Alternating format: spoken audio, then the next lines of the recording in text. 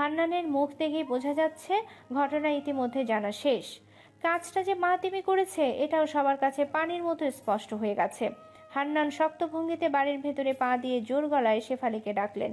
নিজের রুমে দরজা বন্ধ করে থাকা শেফালি ভয়ে কেঁপে উঠল। মিনমিন করতে করতে শেষে দরজা খুলে আঙিনায় এসে হান্নানের সামনে দাঁড়ালো। দাদা ভাইয়ের তীক্ষ্ণ গলার আওয়াজ শুনে পা টিপে টিপে বারান্দায় আসলো মেহিনুর। রেলিংয়ের কাছে এসে দেখলো দাদা ভাইয়ের মুখ যেন রাগে লাল হয়ে গেছে, আর ঠিক পাশেই পকেটে দুহাত গুজিয়ে মাতিম ক্রুব্ধ দৃষ্টিতে শেফালির দিকে তাকিয়ে আছে। সুজলা এসে সমস্ত ঘটনা আবার ব্যাখ্যা দিতে হান্নান শক্ত গলায় প্রশ্ন করলেন, মেজবউ, আমি আজ পর্যন্ত তোমার কাণ্ড জ্ঞান নিয়ে প্রশ্ন তুলিনি। তোমার শাশুড়ি যখন বেঁচে ছিল সেও তোমার কাজে অসন্তুষ্ট ছিল, তবুও তোমার কাছে নিন্দা বাক্য শোনায়নি।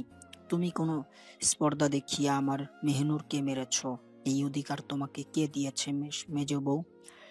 তুমি কি জানো না আমি এখনো কর্তা হিসাবে মোল্লা বাড়িতে জীবিত আছি? নিজেকে তুমি এখনই শিয়ানা ভাবতে শুরু করেছ। জবাব দাও মেজবউ।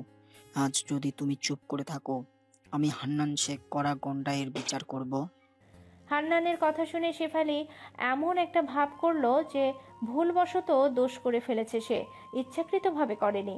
কিন্তু হান্নান সে কোনো কথাই শুনতে রাজি হয়নি। তিনি হামেশার মতোই শক্ত এবং অনড় মানুষ।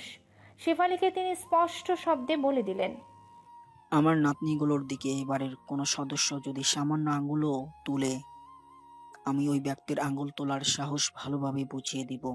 এ কথা যেন সকলের মনে থাকে। আমি আমার নাতনিদের এমন শিক্ষা দেইনি যাতে তারা কখনো অন্যায় আচরণ করবে। শুধু সুরাইয়ার ব্যাপারে নিয়ে আমি পরিস্থিতির উপর নির্ভর করব। মেজ বউ খুব ভালো করে জানো তুমি আমার মেজ নাতনিকে কেমন উগ্র বানিয়েছ। আমি আর বিস্তারিত বলে নিজের রক্ত গরম করতে চাই না। সবাই ভেতরে যাও।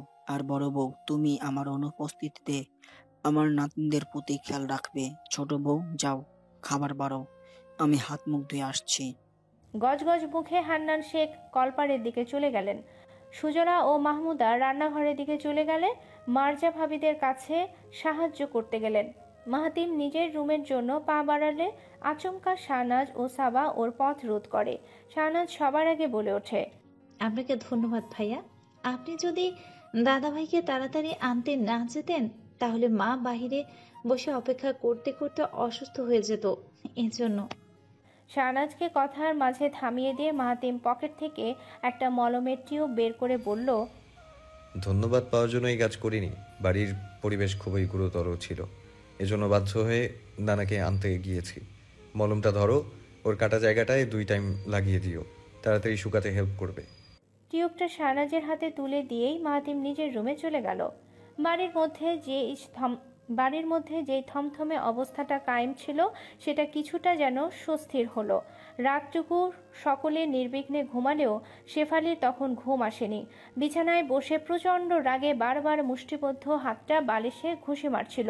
ইচ্ছে করছিল মেহিনুরকে ফ্লোরে ফেলে ইচ্ছে মতো পেটাতে, কিন্তু রাগ সংবরণ করে চুপচাপ বালিশে মাথা ঠেকালো শেফালি। এদিকে রাগে সমস্ত শরীর জ্বলছে।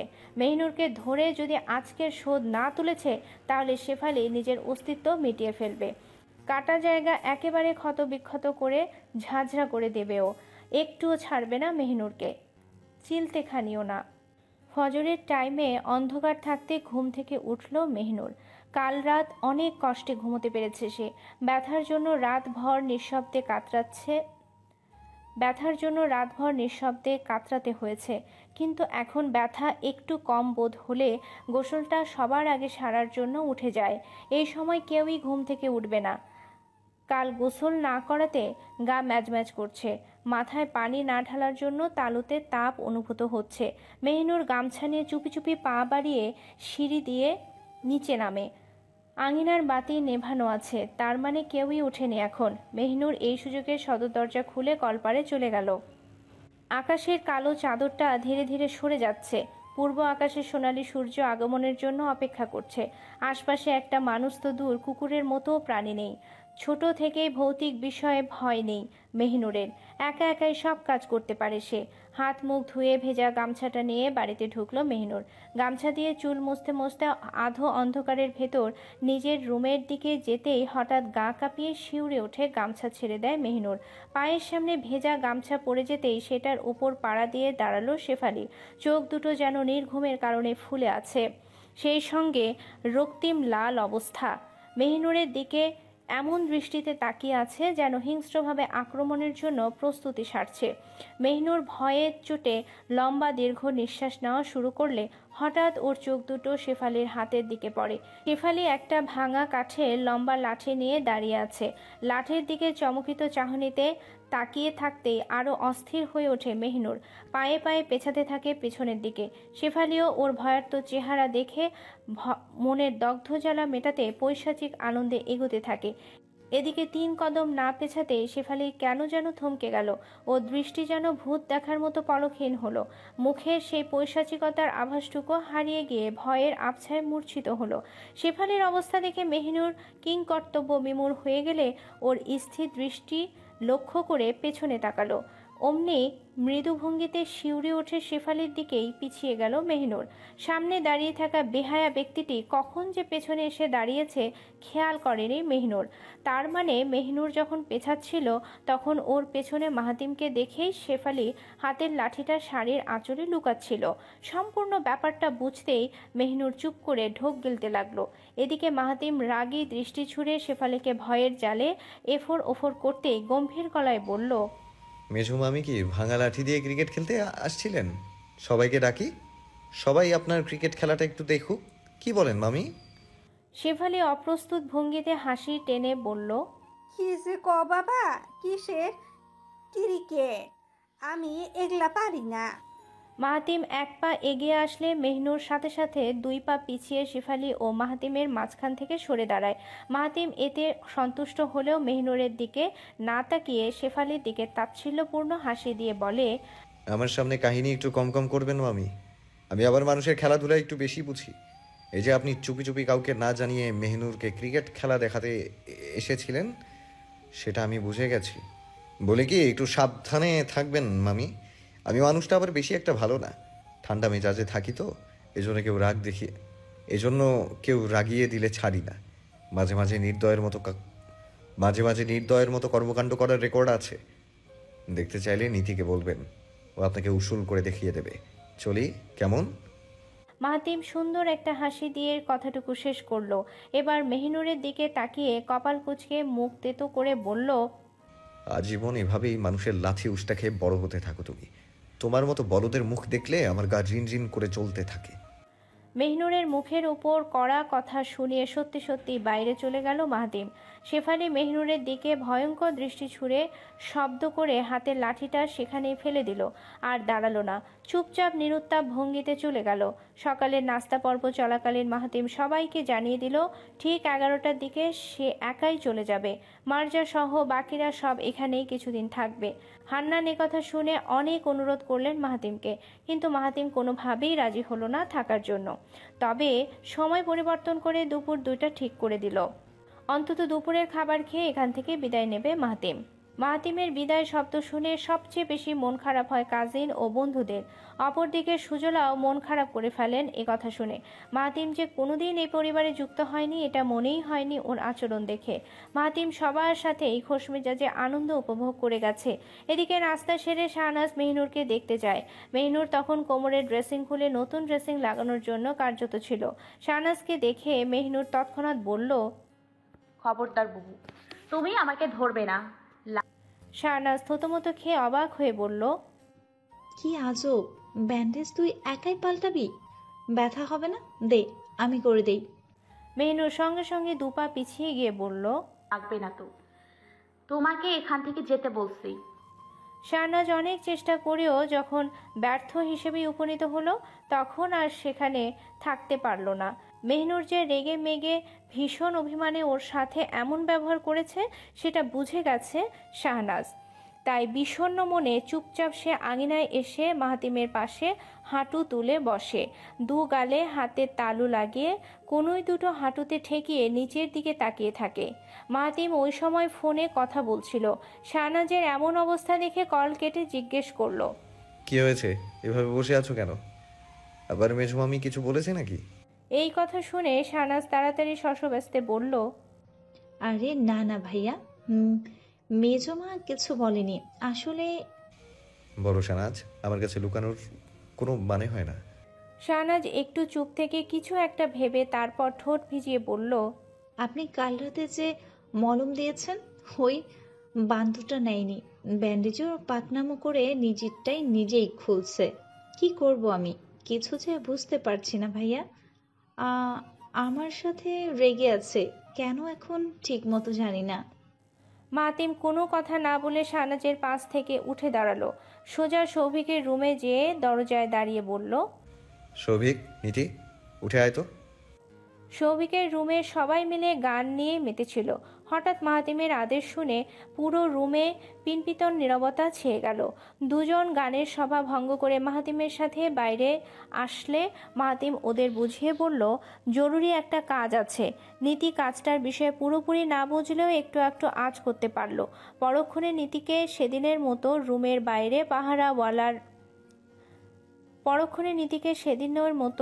বাইরে পাহারাওয়ালা বানিয়ে দিল আর সৌভিককে পাঠিয়ে দিল শাহনাজ, সাবা ও সুরাইয়ার সাথে আড্ডা জমিয়ে তুলতে। ভুলেও রুমের দিকে কেউ যেন না আসে। সৌভিক ও নীতি মিটিমিটি হাসতে ভ্রু নাচিয়ে নিজেদের মধ্যে চোখের ইশারায় কথোপকথন করে।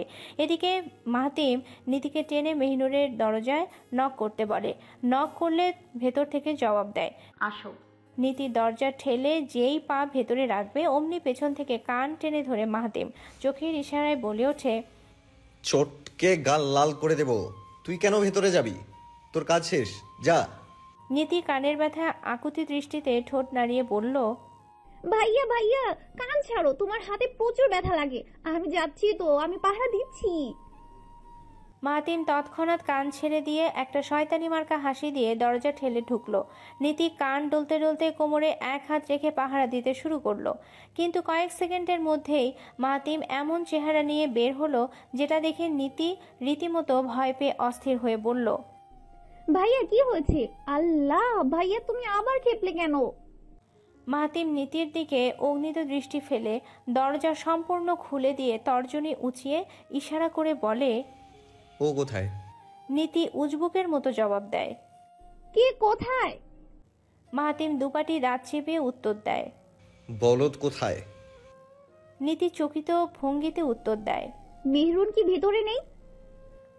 মাহাতিম আরেকবার ক্ষুব্ধ দৃষ্টিটা তীব্র রূপে ছুঁড়ে সেখান থেকে চলে যায়। অনেক হয়েছে, আর এই বলদের পেছনে সহানুভূতির মানে হয় না। নীতি ভ্যাবাচেকা দাঁড়িয়ে থাকলে ভেতরে গিয়ে দেখে কোথাও মেহনুর নেই। খুঁজতে গিয়ে আবিষ্কার করে সুরাইয়ার রুমে দরজা লাগিয়ে মেহনুর আরামসে ঘুমিয়ে আছে। কাজটা সে কেন করেছে এটা বোঝা শেষ। আকাশের উত্তপ্ত অরুণটা দারুণ তেজ দেখাচ্ছে। কাঠফাটা গরমের জন্য পরিবেশে তপ্ততা বিরাজ করছে। হান্নান শেখ বিরস মুখে সকলের সঙ্গ বাদ দিয়ে দুপুরের খাবারটা মাহাতিমের সাথে খেলেন। মাহাতিম শার্ট প্যান্ট একদম পরে রেডি হয়ে নেমেছে এখন। খাবারের কয়েক লোকমা শেষ করে সোফায় গিয়ে 20 মিনিটের রেস্টের জন্য বসলো। ওকে ঘিরে সবাই তখন না যাওয়ার জন্য শেষ অনুরোধ করলো। মাহাতিম ওদের বলে দিল, আমি আর এখানে আসার নামও নিব না। দয়া করে এখানে থাকার জন্য বৃথা চেষ্টা করিস না। পাসপোর্টটা ভালোই ফিরিয়ে দে, নয়তো বাসায় পৌঁছে তোদের কি অবস্থা হবে বুঝে নিস। কেউই মুখ খুলল না, পাসপোর্ট দিল না। মাহাতিমও পাসপোর্ট ছাড়া যাওয়ার জন্য উঠে দাঁড়ালো। সঙ্গে সঙ্গে সদর দরজা দিয়ে একটা ছেলের কণ্ঠ শোনা গেল, দাদাজান কই? দাদাজান, ও দাদাজান। আগত শটটার দিকে সবাই তাকিয়ে থাকলে মাহাতিম পিছু ফিরতেই দেখে একটা হাসি খুশি সুন্দর ছেলে দাদাজান বলে ডাকাডাকি করছে। সুজলা মাহমুদা বাইরে বেরিয়ে আসলে খুশিতে পুলকিত হয়ে এগিয়ে গেলেন ছেলেটার দিকে। নীতি প্রশ্নবিদ্ধ চাহনিতে অন্যমনস্ক ভঙ্গিতে বলে ওঠে, এই ছেলেটাকে সুরাইয়ার ভাই নাকি? কিন্তু সুরাইয়াকে তো ভাইয়া দেখেছি, ও তো সেই ছেলে না? মাহাতিম এখনো শান্ত দৃষ্টিতে ছেলেটার দিকে তাকিয়ে আছে। ক্রমে নীতির নড়ে প্রীতি, শামিক, সৌভিক, সাবির একই প্রশ্ন নিয়ে আলোচনা করতে থাকে। তখনই সুরাইয়ার মা শেফালি রুম থেকে বেরিয়ে এক দৌড়ে ছুটে এসে ছেলেটার গায়ে হাত বুলিয়ে বলেন, ও তরুণ, কতদিন পর আসলা?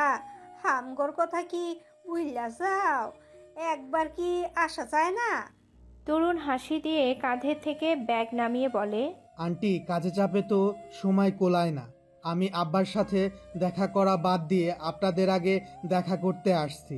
দাদাজান কই? মেহনুর কি গোয়াল ঘরে?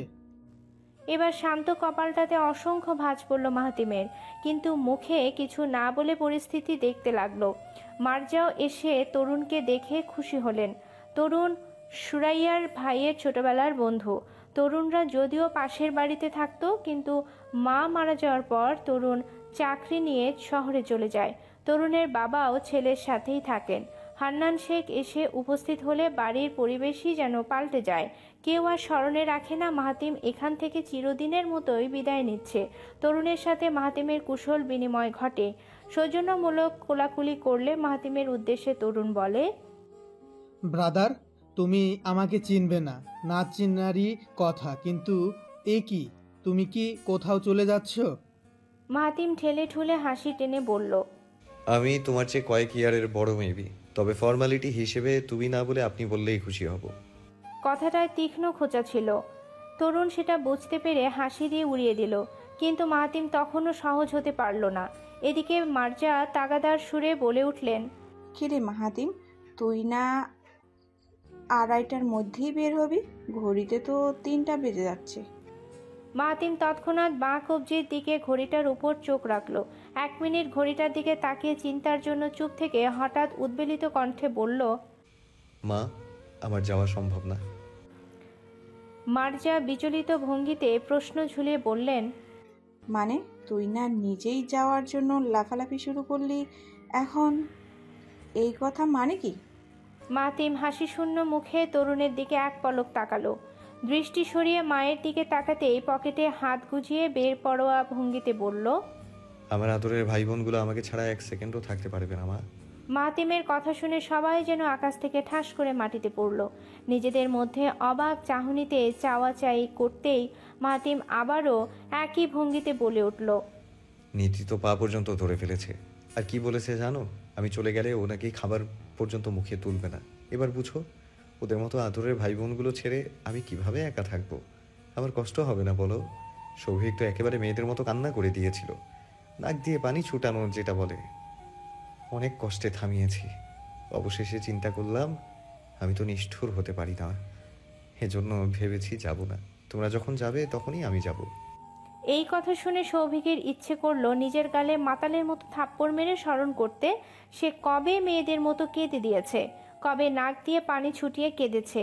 এই ঘটনা কবে হলো? মায়ের পেট থেকে বের হয়ে কেঁদেছিল, এই কথা সকলেই বলে, কিন্তু মাহাতিমের ভাষ্যমতে কবে এভাবে পানি ছুটিয়ে কাঁদলো, কবে? নীতির 2 কান দিয়ে যেন ধোঁয়া বের হতে লাগলো। মাহাতিমের পা সে কবে ধরলো? আবার খাওয়া বাদ দিবে বলেও কঠিন অনুনয় করেছে। সবার মুখের অবস্থা অমাবস্যার রাতের মতো কালো হয়ে গেছে। মানুষ এলিয়েন দেখলেও বোধহয় এতটা আশ্চর্য হতো না যতটা মাহাতিমের বানোয়াট মিথ্যা শুনে আহাম্মক হয়ে গেছে। মিথ্যার দরুনে আর ফিরে গেল না মাহাতিম। লাগেজ ঘুরিয়ে সোজা রুমের দিকে চলে গেল তৎক্ষণাৎ। কিন্তু চক্ষুদৃষ্টি বারবার সেই আগত পুরুষ, আগত ব্যক্তি, তরুণ নামক মানুষটির উপর স্থির ছিল। মাহাতিমের এমন কাণ্ডে বাকিরা বিচলিত হলেও হান্নান শেখ মনে মনে প্রচণ্ড খুশি হলেন। শাহনাজ সাবা প্রফুল্লচিত্ত আমোদিত হয়ে মনের অগোচরে উচ্ছ্বসিত হলো। রুমে ফিরেই শার্ট খুলতে খুলতে জানালার কাছে গেল মাহাতিম। বিরাট জানালা দিয়ে স্থির নয়নে গ্রাম্য প্রকৃতির নির্মল দৃশ্য দেখতেই শার্ট খুলে ডান দিকের চেয়ারে রেখে দিল। বুক ভর্তি নিঃশ্বাস ছেড়ে হাতের ঘড়িটা খুলতেই চিন্তিত চেতনায় ভাবতে লাগলো, কেন আজ চলে গেল না? শেষ মুহূর্তে মিথ্যে বলার কি দরকার ছিল? তরুণের আগমন দেখে মন কেন অস্থির হলো? না হওয়াটাই কি স্বাভাবিক ছিল না? মাহাতিমের যখন এসব প্রশ্ন নিয়ে চিন্তার দেয়ালে ছক করছিল, ওই সময় ওর ডান পকেট থেকে মোবাইল বস্তুটা ভাইব্রেট হয়ে উঠল। ঘড়ি খোলা বাদ দিয়ে সদ্বিত ফিরে পেল মাহাতিম।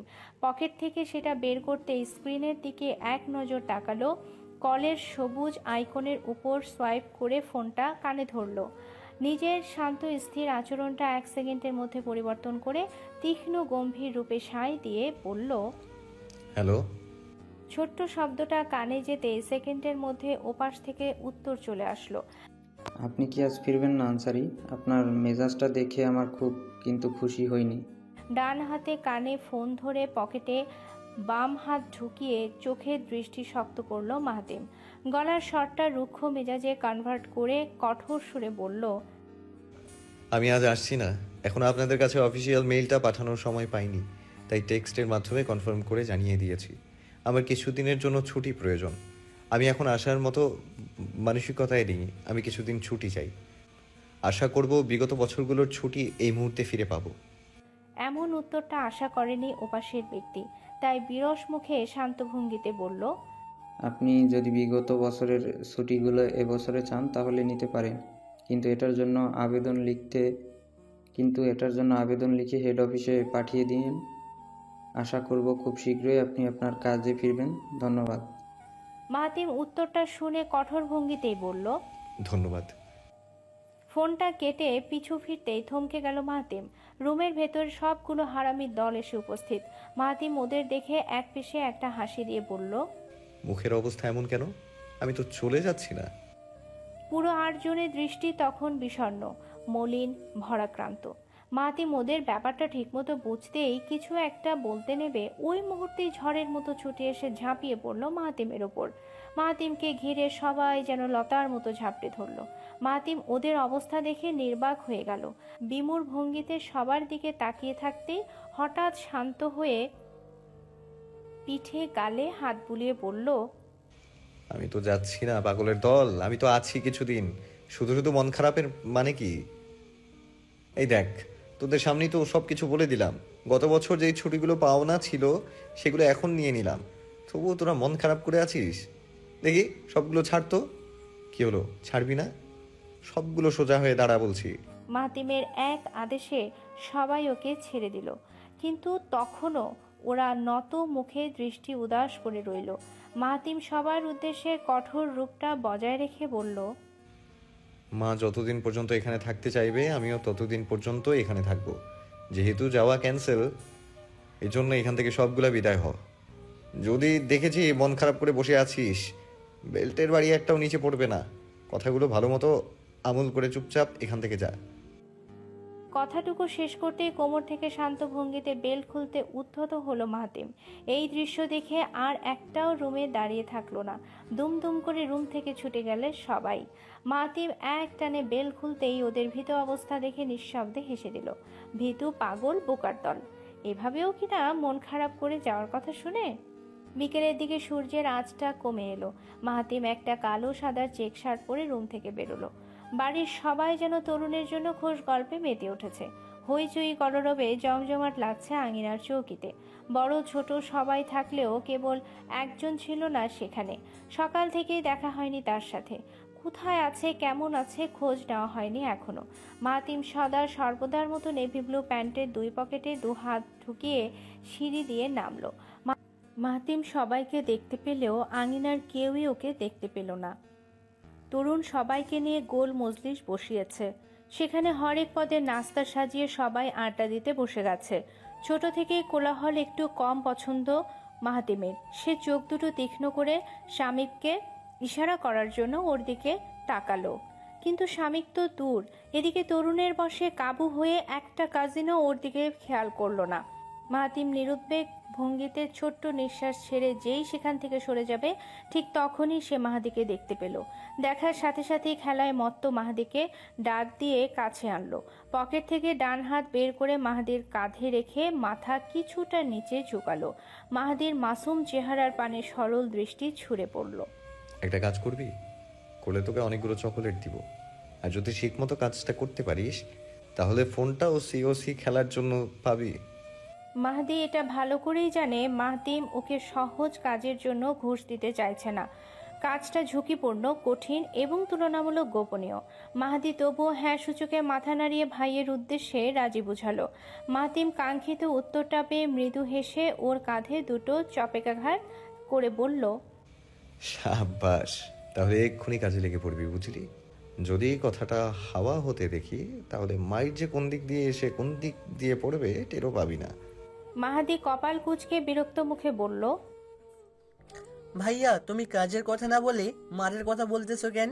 আমি কি কখনো মারের কাজ করেছি?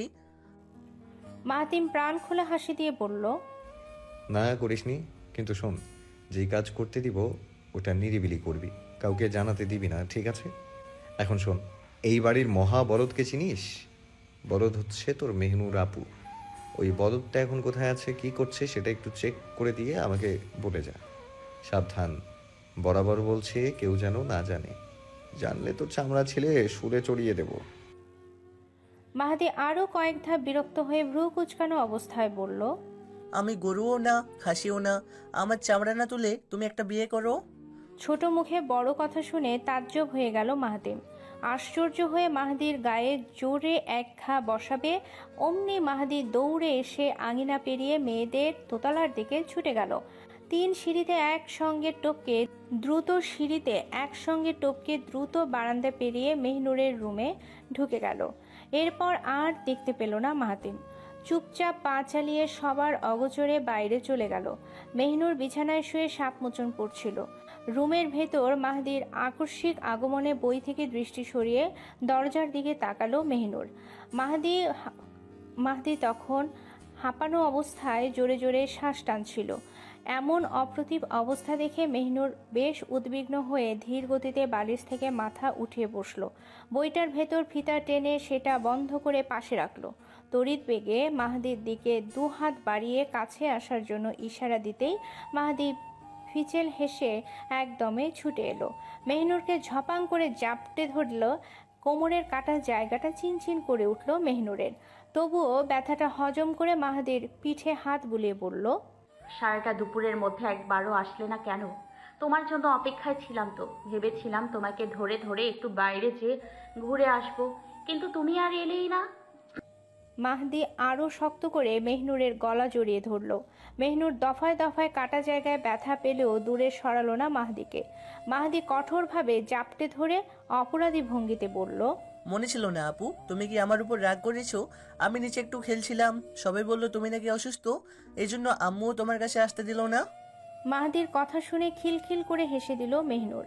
মাহাদিকে ছেড়ে দিয়ে ওর গুলুমুলু গাল দুটোয় নরম হাত রেখে বলল, আমি অসুস্থ না মাহাদি, সামান্য একটু কেটে গেছে, এজন্য আমি হাঁটতে পারি না, মানে হাঁটার সময় একটু কষ্ট হয়। মাহাদি ড্যাব ড্যাব করে তাকিয়ে রইল মেহনুরের দিকে। মেহনুরের মুখটা যেন জ্বরের পর শুকিয়ে গেছে, সেই সঙ্গে কোমরের কাটাও গভীরভাবে কেটেছে।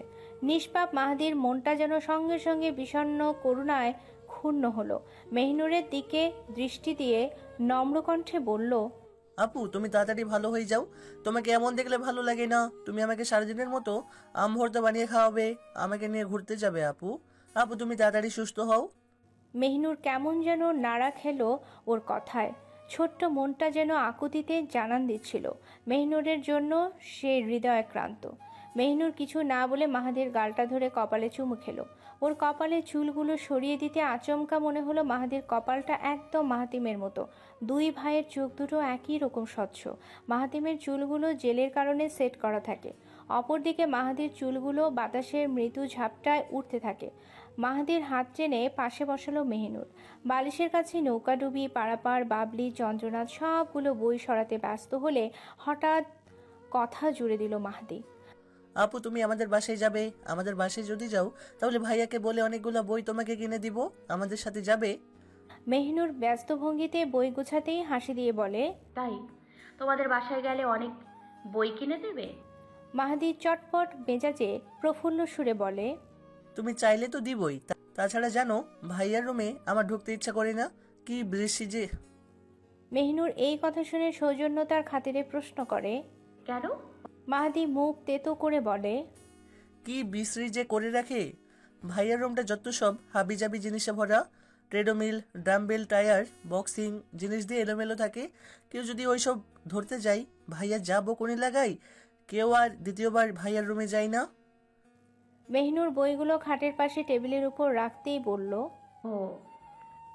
মেহনুর এখানে থামলো না, সে আরও কথা যুক্ত করে বাঁচালের মতোই বলতে লাগলো। এদিকে মাহাতিম উঠোনে অপেক্ষা করতে করতে শেষমেশ জিপ নিয়ে বেরিয়ে গেল।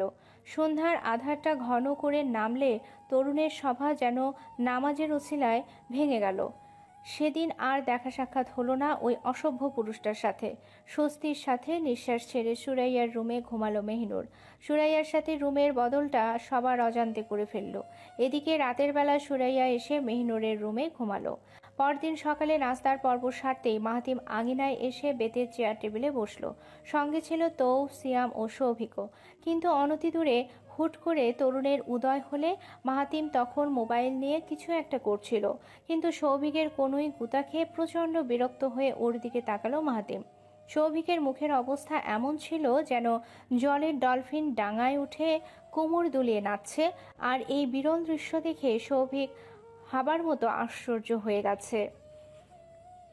মাহাতিম ও দৃষ্টি লক্ষ্য করে পেছনে তাকালে বজ্রপাতের মতো আহত হলো ঠিকই, কিন্তু নিজেকে কন্ট্রোল করে স্বাভাবিক রূপে ফিরে আসলো।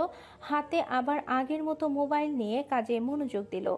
তরুণের পেছনে শাহনাজ, সাবা, সুরাইয়ার পাশাপাশি মেহিনুরও যেন স্বাভাবিক ভঙ্গিতে নিচে নামছিল।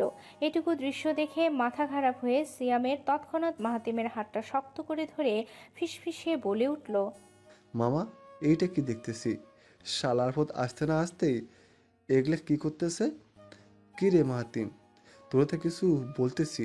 মামা তুই কি রিয়াক্ট করা ভুলে গেলি? মাহাতিম নিজের হাত থেকে সিয়ামের হাতটা সরিয়ে দিল। বেপরোয়া ভঙ্গিতে মোবাইলের দিকে তাকিয়ে বলল, যেটা মন চায় ওইটা করুক, তুই কোনো দিকে ধ্যান দিবি না। তোর তো ওখানে কাজ নেই, তুই রাম ছাগলের মতো তাকিয়ে আছিস কেন? সিয়াম এবার রূঢ় ভঙ্গিতে জবাব দিল, রাম ছাগল যে তোমার পোলট্রির মুরগির পিছে পড়েছে এটা তুমি চোখে দেখো না?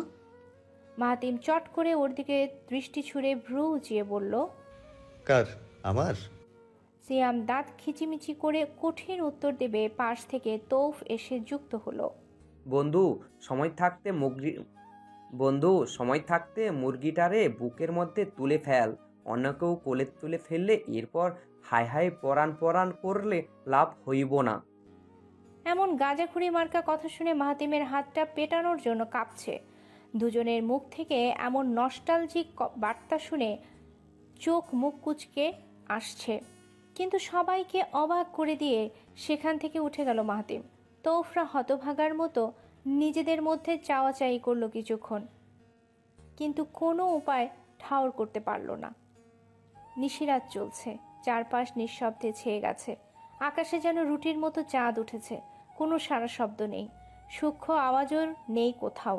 হুট করে চারধার বিভৎস অন্ধকার করে বিদ্যুৎ চলে গেল। আজ মেহিনুরের চোখের সামনে ঘুটঘুটে অন্ধকার চলে আসলো। সে উপন্যাসের বইটা রোমাঞ্চকর অনুভূতিতে পড়ছিল, কিন্তু অন্ধকারের জন্য বইটা বন্ধ করে রেখে দিল সে। শোয়া থেকে উঠে টেবিলের ড্রয়ার খুলে মোম বের করলো। দেয়াশলাইয়ের আগুনে মোমটা জ্বালিয়ে বিছানায় উঠল। জানালার দুই দ্বার খুলে দিতেই হঠাৎ খট করে দরজার দিকে শব্দ হলো। মেহিনুর সাথে সাথে পেছনে ফিরে অদ্ভুত শব্দটার দিকে তাকালো। কই, দরজা তো বন্ধই, তাহলে দরজা ধাক্কার মতো শব্দ হলো কেন?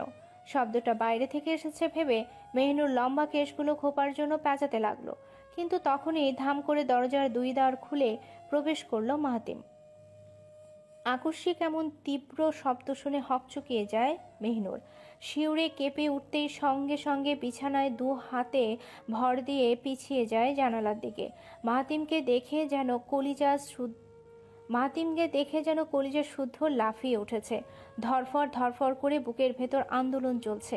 প্রচণ্ড উৎকণ্ঠায় কাঁপতে কাঁপতে মেহিনুর ধীর গতিতে জানালার দিকে পিছিয়ে যাচ্ছে।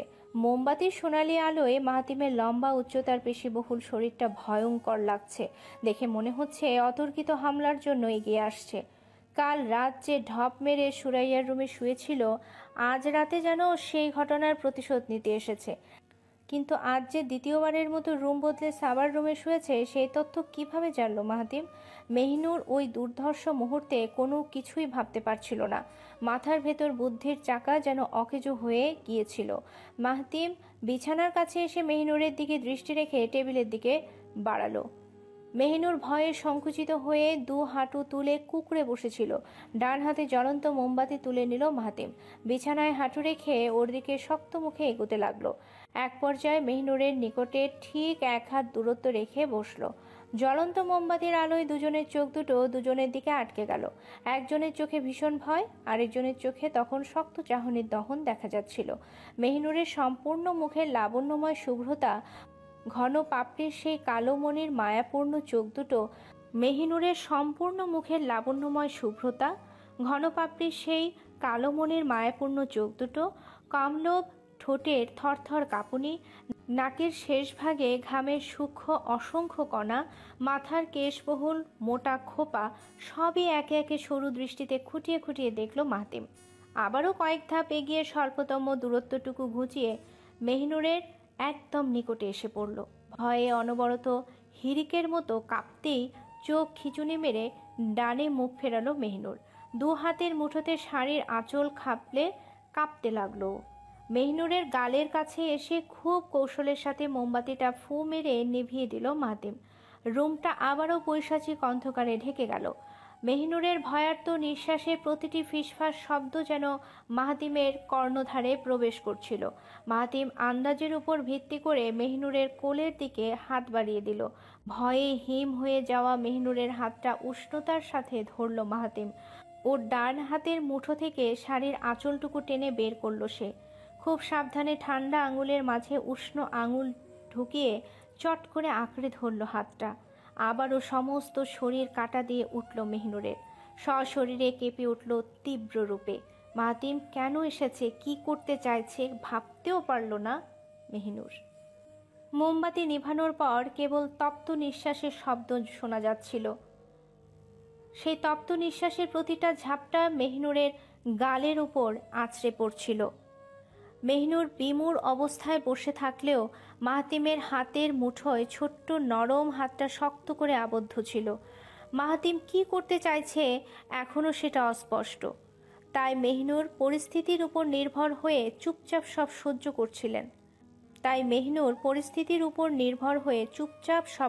করছিল। এমনই সময় হঠাৎ করে মাহতিম নীরবতা ছিন্ন করে একটুখানি কাশল। কোমল আর্দ্র নরম কণ্ঠে অসহায় সুরে বলল, আমি যে অসভ্য সেটা আরেকটু প্রমাণ করলাম মেহনুর। তবে সেদিন রাতে এমনই করে তুমি আমার হাতটা ধরতে চেয়েছিলে, সেটা ঘুমের ঘোরেই হোক বা অন্য কোনো কারণে। তুমি কিন্তু আমার হাতে চুমু খেয়েছিলে। আমি যেহেতু অসভ্য তাই সেটা শোধবোধ নিশ্চয়ই করতে পারতাম, কিন্তু করিনি। মাহতিম কথাটুকু শেষ করে মেহিনুরের প্রতিক্রিয়া দেখার জন্য থামল। সেই ঘুটঘুটে অন্ধকারে মেহিনুর ঝরঝর করে কেঁদে উঠল, কিন্তু শব্দ হলো না একটুও। মেহিনুরের কান্নার শব্দ যখন হেঁচকির সুর তুলল, তখন ওই মুহূর্তে আঁকড়ে ধরা হাতটা মাহতিম ধীর গতিতে উপরে ওঠালো। অন্ধকারে মুখও দেখা যাচ্ছিল না মাহতিমের। সেই অবস্থায় হঠাৎ করে হাতের উল্টো পিঠে নরম ওষ্ঠের উষ্ণ ছোঁয়া অনুভব করল মেহিনুর। অস্ফুট শব্দ করে তুমুল আকারে কেঁপে উঠল সে, কিন্তু মাহতিম সেটা দমন করে মৃদুকণ্ঠে বলে উঠল, হিসাব সমান সমান হলো। সব সময় একটা জিনিস মনে রাখবে, নিজেকে এতটাও বেকুব বানিও না যেটা তোমার জন্য ক্ষতির কারণ হবে। আজ শুধু এই কারণেই এসেছি, মলমটা দিয়েছো কিনা সেটা দেখতে। কিন্তু আফসোস, ভংচং করে সেটা আর লাগাওনি। যাই হোক, পরবর্তীতে ইনফেকশন হলে শহরে আসার অনুরোধ রইল। আর পারলে অপ্রত্যাশিত ঘটনাগুলো ভুলার চেষ্টা করো। আজকের পর থেকে না তুমি আমায় চেনো না আমি তোমায় চিনি। পূর্বে যেভাবে ছিলে সেভাবেই যেন সব চলতে থাকে। আমি মাত্র কিছুদিনের জন্যই আছি, তাই কষ্ট করে আমার সামনে থেকে নিজেকে একটু দূরে রাখার চেষ্টা করো। কথা শেষ করতে হাত ছেড়ে দিল মাহতিম। সেটা এমনভাবে ছেড়ে দিল সেটা যেন ছুঁড়ে মারার মতো ঘটনা ছিল। বিছানা থেকে নেমেই টেবিলের উপর মোমবাতি রেখে দিল। পাশ থেকে দেয়াশালাই নিয়ে মোমবাতি জ্বালিয়ে চুপচাপ ডোন্ট কেয়ার ভঙ্গিতে চলে গেল। একবারও পিছু ফিরে তাকালো না মেহিনুরের দিকে। ফিরেও দেখল না মেহিনুর কতটা আশ্চর্য হয়ে হকচকিয়ে গিয়েছে। হতভম্ব মেহিনুর তার হাতটা ঘুরিয়ে উল্টো পিঠের দিকে তাকালো। নাক টেনে বাম হাতের তালুতে চোখ মুছে সেই অষ্ট স্পর্শ করা জায়গাটা দেখতে লাগলো। আজ এবং এই প্রথম বোধহয় পুরুষের স্পর্শ পেল মেহিনুর। হাতের উল্টো দিকটা অনিমেষ নয়নে দেখতে থাকলে আচমকা পুরো রুম আলোকিত হয়ে কারেন্ট চলে এলো। ভেজা চোখে রুমের চারপাশ দেখতেই মনে হলো এই অন্ধকার, এই কারেন্ট, এই নিস্তব্ধতা যেন মাহতিমের ইচ্ছায় স্বেচ্ছায় ইশারায় হয়েছিল। এ তো যেন কাকতালীয় ঘটনা ছিল না। সকালের নির্মল পরিবেশটা সূর্যের তীব্রতায় দুপুরের দাপটে পরিণত হলো। বাড়িতে আজ বড় করে খাওয়া দাওয়ার ধুম লেগে গেল। শুরু হলো রান্নার জন্য মহিলাদের দৌড়দৌড়ি, পানি আনার জন্য মেয়েদের ছোটাছুটি, সবজি কোটার জন্য সকলের হাতাহাতি একসঙ্গে শুরু হলো। সকাল থেকে সুজলা, শেফালি, মাহমুদা রান্নাঘরে গিয়ে সব কাজ দেখতে লাগলো। মার্জা এসে যুক্ত হলো ধনিয়া পাতা বাছার কাজে। কিন্তু সবচেয়ে কঠিন কাজের একটা এসে পড়লো শেফালির কাঁধে। কচুর লতি কাটার মতো ভয়াবহ চুলকানির কাজটা শেফালির করতে হবে। উপায় ঠাউর করতে না পেরে ডালা ভর্তি কচু এনে আঙিনায় এসে বসলো তখন। এদিকে শাহনাজ, সাবা, সুরাইয়া, মেহরুর উঠানের দিকে বড়ই পাড়ার কাজে ছিল। হঠাৎ সেদিকে চোখ পড়তে শেফালি এক হাঁক দিয়ে সবগুলো আঙিনায় এনে হাজির করলো। শাহনাজ কচুর ডালা দেখেই বুঝে যায় মেজমা এখানে খাটাতে ডেকেছে।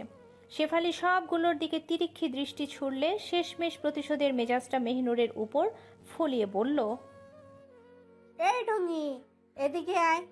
এই পিড়িতে বসতে পারবি না তুই, নাকি কোমর নিয়া টাফালাঙ্গি?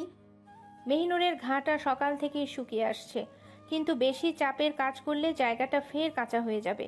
মেহনুরের অমন নীরবতার দেখে ধমকে উঠল শেফালি। একসঙ্গে চার বোনই প্রচণ্ড রূপে ভয়ে চমকে উঠল।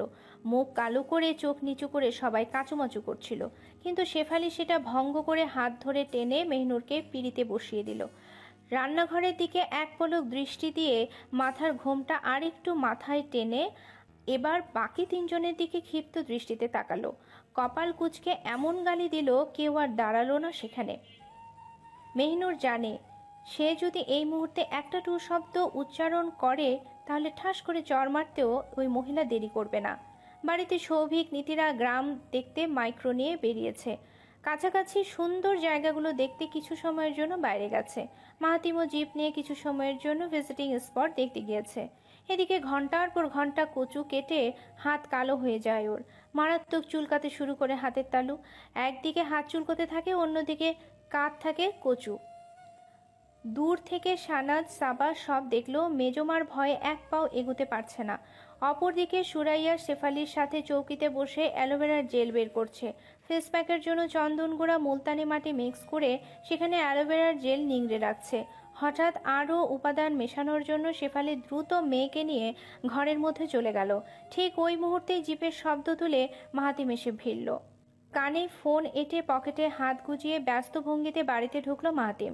মেহনুর যে আঙিনার মাঝখানে বসে কচু কাটার যন্ত্রণায় হাঁসফাঁস করছিল সেটা এক পলকের জন্য দৃষ্টিগোচর হলো না মাহাতিমের। দ্রুত পায়ে আঙিনা পেরিয়ে সোজা সিঁড়ি ধরে উপরে উঠল। এই অবস্থাতেই রুমের দরজা খুলে সেটা ভিড়িয়ে দিল। মেহনুর আর চোখে মাহাতিমের কীর্তিকলা পর্যবেক্ষণ করলেও এই মুহূর্তে বীভৎস জ্বালায় নাস্তানাবুদ হয়ে গেল। কাজ শেষে পুরো হাত কালো কুচকুচে হয়ে তীব্র চুলকানিতে বিষিয়ে উঠল। এদিকে কলপারে যে নীরব চিত্তে হাত ধুচ্ছে মেহনুর। সাবা কল চেপে দিলে শাহনাজ মগ কাত করে ওর হাতে পানি ঢালছে। শাহনাজ রেগে গজগজ করতেই ক্ষিপ্র সুরে বলে ওঠে, মেজমা এই কাজটা ইচ্ছে করে করলো। সে ঠিকই জানতো তোর অবস্থা এখন খারাপ আর তুই কচু কাটার জন্য উপযোগী না। এই বদমাস মহিলা আমাদের শান্তি দিল না মেহরুন, একটুও শান্তি দিল না। কাকা যে কেমন বজ্জাত মহিলাকে বিয়ে করেছে সেটা যদি 1 ইঞ্চি কাউকে দেখাতে পারতাম। ফোড়া কপাল, কেউ জানলেও না এই শয়তান মহিলা আমাদের 3 জনকে খাটিয়ে মারছে, অথচ দেখ নিজের মেয়েকে রূপচর্চা করাচ্ছে। ফালতু মহিলার জায়গা এখন সুরাইয়ার উপর জিত উঠে। কষিয়ে যদি মারতে পারতাম, হারামিটার কেমন পোল্টি মেরে মায়ের সাথে ঠ্যাং ঠ্যাং করে চলে গেল। এমন বোন কিভাবে জুটলো রে মেহনুর? আমাদের সাথে থাকার পরও এতটা নির্লজ্জ, বেহায়া, স্বার্থপর হয়েছে সেটা মুখে বলতেও লজ্জা করে। দেখি তুই ওঠ আর হাত ডলিস না। শাহনাজ মগটা সাবার হাতে দিয়ে কলপারের টুল থেকে মেহনুরকে দাঁড় করিয়ে দিল। দু বোন একসাথে যখন ভেতরে ঢুকে রুমের দিকে এগোলো তখন শাহনাজ রান্নাঘর থেকে ফিরে এসে অবাক হয়ে দাঁড়িয়ে পড়ল। চৌকির কাছে ফেস প্যাকের কাছে মাহাতিমকে কি যেন করতে দেখলো। শাহনাজ কৌতূহল হয়ে প্রশ্ন ছুড়ে বলল, ভাইয়া আপনি ওটা কি করছেন? মাহাতিম স্বাভাবিক ভঙ্গিতে ফেস প্যাকের বাটিটা নাকের কাছ থেকে সরিয়ে নিল। দৃষ্টি তুলে শাহনাজের দিকে তাকিয়ে ফেস প্যাকের বাটি দেখিয়ে বলল, এগুলো কি জিনিস সেটাই বোঝার চেষ্টা করছি। আচ্ছা, এগুলো কি কোনো মশলা রান্নার কাজে দিবে? ফেস প্যাক নিয়ে এমন উটকো প্রশ্ন শুনে মৃদুভঙ্গিতে হেসে দেয় শাহনাজ। এগিয়ে এসে মাহাতিমের উদ্দেশ্যে বলে ওঠে, ভাইয়া, এগুলো রূপচর্চা জিনিস, আপনি চাইলে আপনিও দিতে পারেন। তবে আপনার না দিলেই ভালো হয় তবে আপনার না দিলেই ভালো হবে, আপনি তো এমনিতেই হ্যান্ডসাম। মাহাতিমও সৌজন্যের সঙ্গে হেসে দিয়ে ফেস প্যাকের বাটিটা চৌকির উপর রেখে দিল। শাহনাজও রান্নাঘর থেকে লেবুর টুকরো নিয়ে রুমের দিকে চলে গেল। কিন্তু বিপত্তি শুরু হলো 20 মিনিট পর। এক তুমুল চিৎকার দিয়ে বাড়িঘরের নীরবতা ক্ষুণ্ণ হয়ে গেল। হাউমাউ করে চিৎকার করতেই দাপাদাপির শব্দ শোনা গেল নিচ থেকে। কেউ গলা ফাটিয়ে মা ও মাগো বাঁচাও বলে আহাজারি করছে।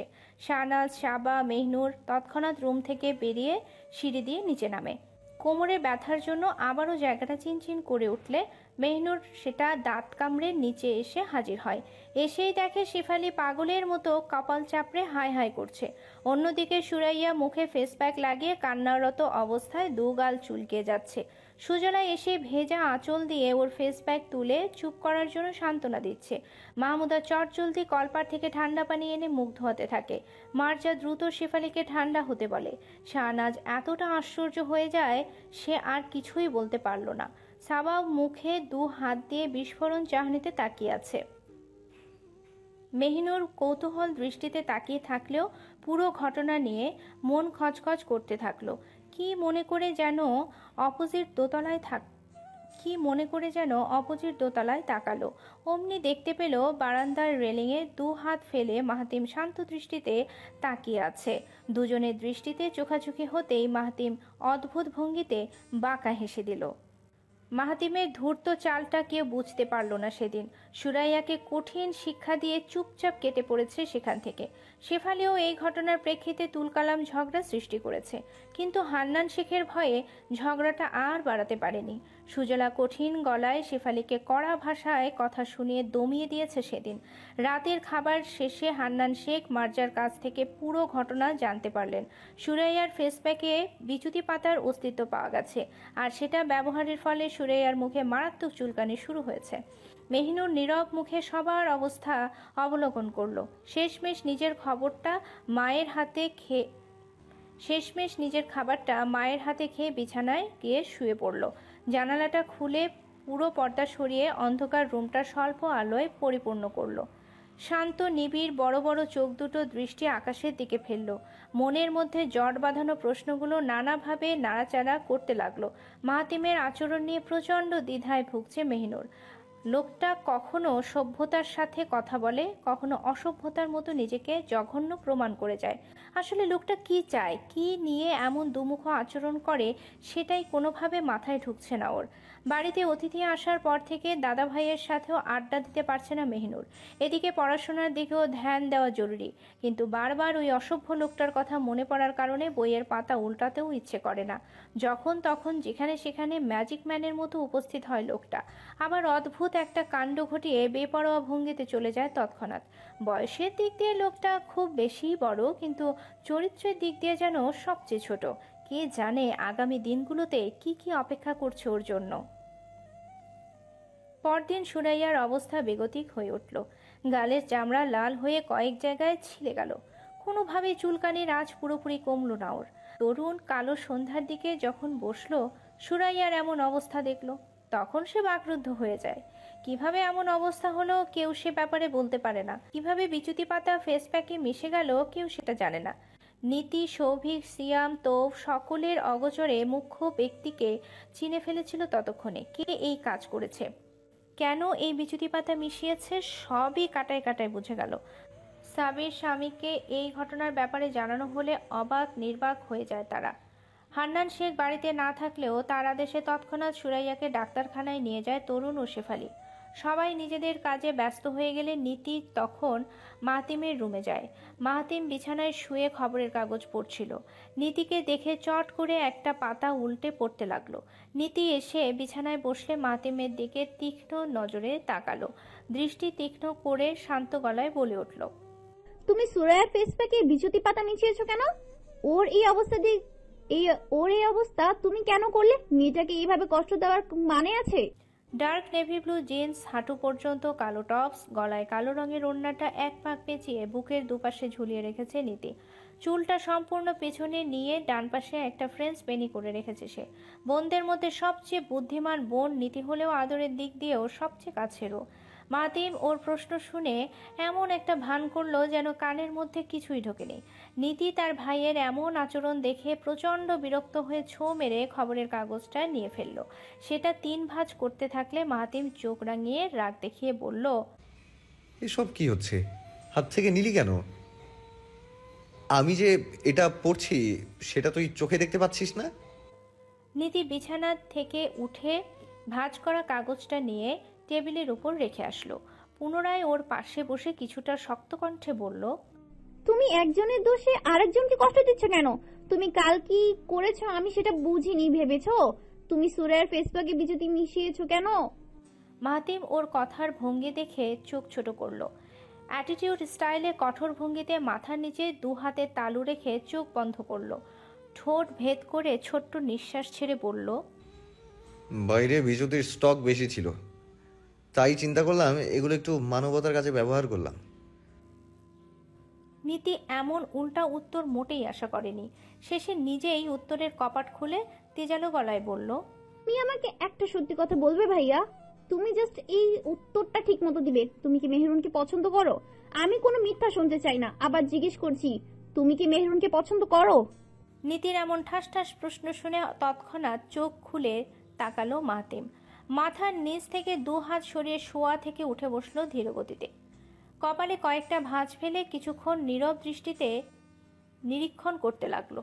এদিকে নীতি যতই সাহস দেখাক না কেন, মাহাতিমের অমন চুপটি দেখে ভয়ে অবস্থা টাইট হচ্ছিল।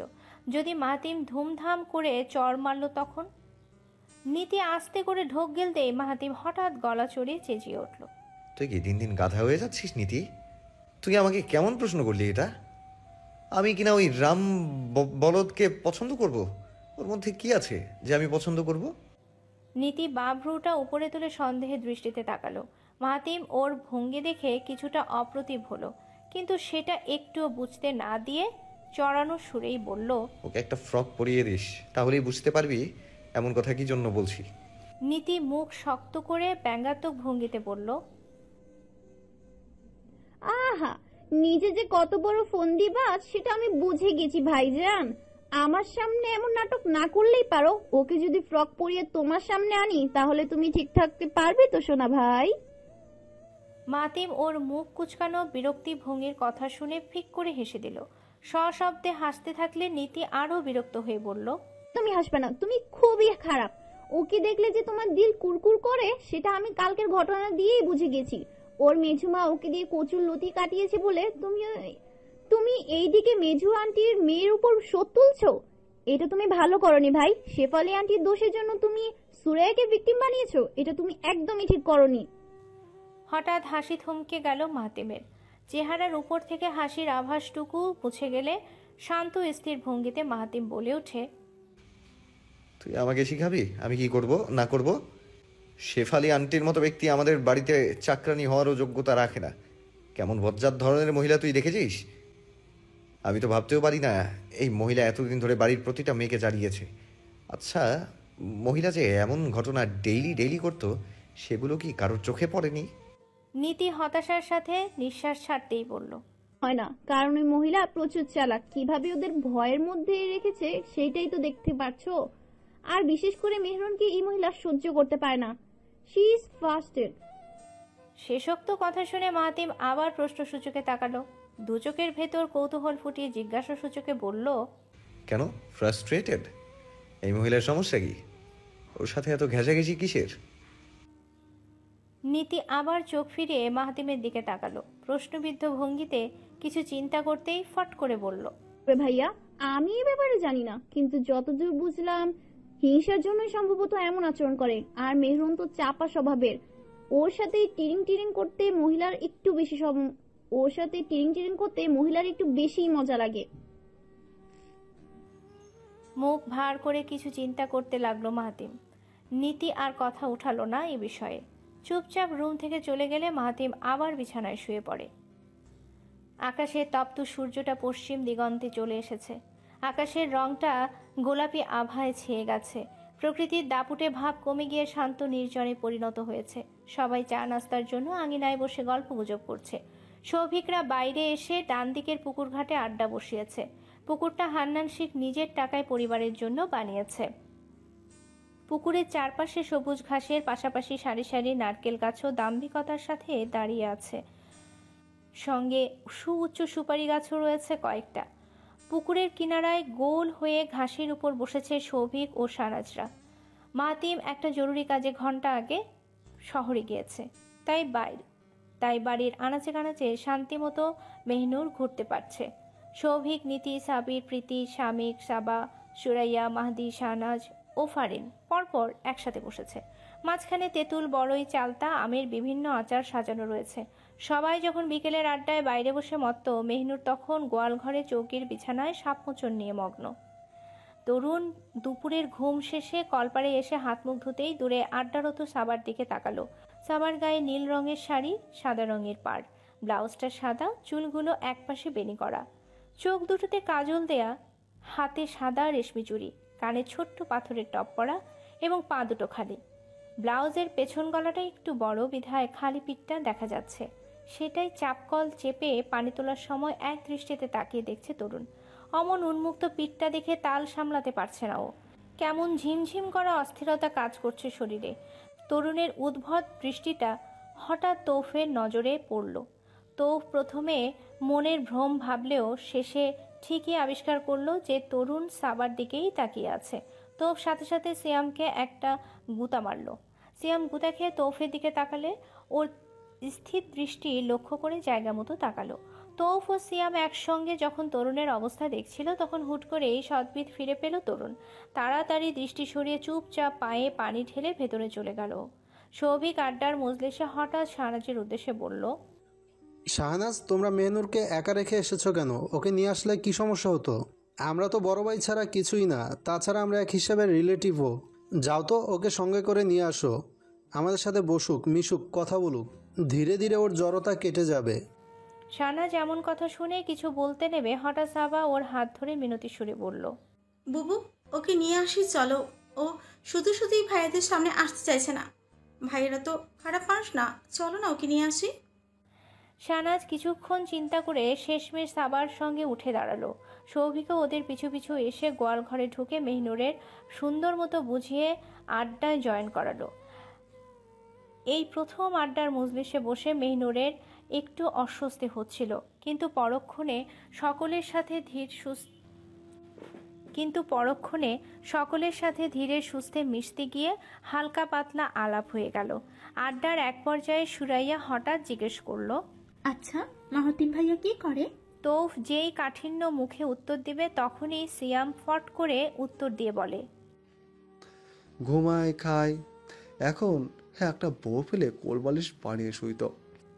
সিয়ামের হাস্যকর উত্তর শুনে একযোগে হেসে দিল সবাই। শুধু হাসল না সুরাইয়া, মুখটা প্যাঁচার মতো কুঁচকে আবারও প্রশ্ন গলায় বলল, বলো না সে কি করে, এটুকু বলতে কি সমস্যা? সবার হাসির রোল তখনও বিরাজ করছে। সুরাইয়ার নিরুত্তর ভঙ্গিতে মুখ কালো করে থাকলে হঠাৎ পেছন থেকে শক্ত গলায় আওয়াজ আসে, আমি কি করি সেটা তোমার জেনে লাভ কি? আমাকে নিয়ে এত টেনশন কেন? ক্যাটক্যাট গলার স্বর শুনতেই কর্পূরের মতো হাসি উড়ে গেল সবার। সুরাইয়া ভয় ভয় চাহনিতে মাথা পিছনে ঘুরিয়ে দেখে মাহাতিম দুই পকেটে হাত ঢুকিয়ে এদিকেই তাকিয়ে আছে। সবাই যখন মাহাতিমের দিকে তাকিয়েছিল, মেহনুর তখন ঘাস ছিঁড়ে সেগুলো টুকরো টুকরো করছিল। মেহনুর যে ইচ্ছে করেই ইগনোর করার মতলবে আছে সেটা বুঝে গেছে মাহাতিম। তাই আর সেদিকে না এগিয়ে যেখানে ছিল সেখান থেকেই বলে উঠল, আমি বর্তমানে। কথার মাঝখানে আকস্মিকভাবে দাড়ি বসালো সিয়াম। অমনি ঝড়ের বেগে উত্তর দিয়ে বলল, মাতিম আসলে বিজনেসম্যান, ও বাবার ব্যবসা দেখে, আঙ্কেলের বড় ব্যবসা তো, তাই সেগুলো এখন মাতিমেই দেখাশোনা করে। কথার মাঝখানে আকস্মিকভাবে দাড়ি বসালো সিয়াম। অমনি ঝড়ের বেগে উত্তর দিয়ে বলল, সিয়ামের কথা শুনে মাহাতিম তৎক্ষণাৎ তাজ্জব বনে গেল। নীতি চোয়াল ঝুলিয়ে অবাক হয়ে গেল। প্রীতি আমের আচারে কামড় দিতে গিয়ে থেমে গেল।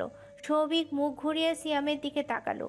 তৌফ বিস্ফোরণ চাহনিতে তেঁতুল চুষতে ভুলে গেল। সাবির মিটিমিটি করে হাসতে লাগলো। মাহাদি সিওসি খেলা বাদ দিয়ে সবার অমন আহাম্মক মার্কা চেহারা একে একে দেখতে লাগলো।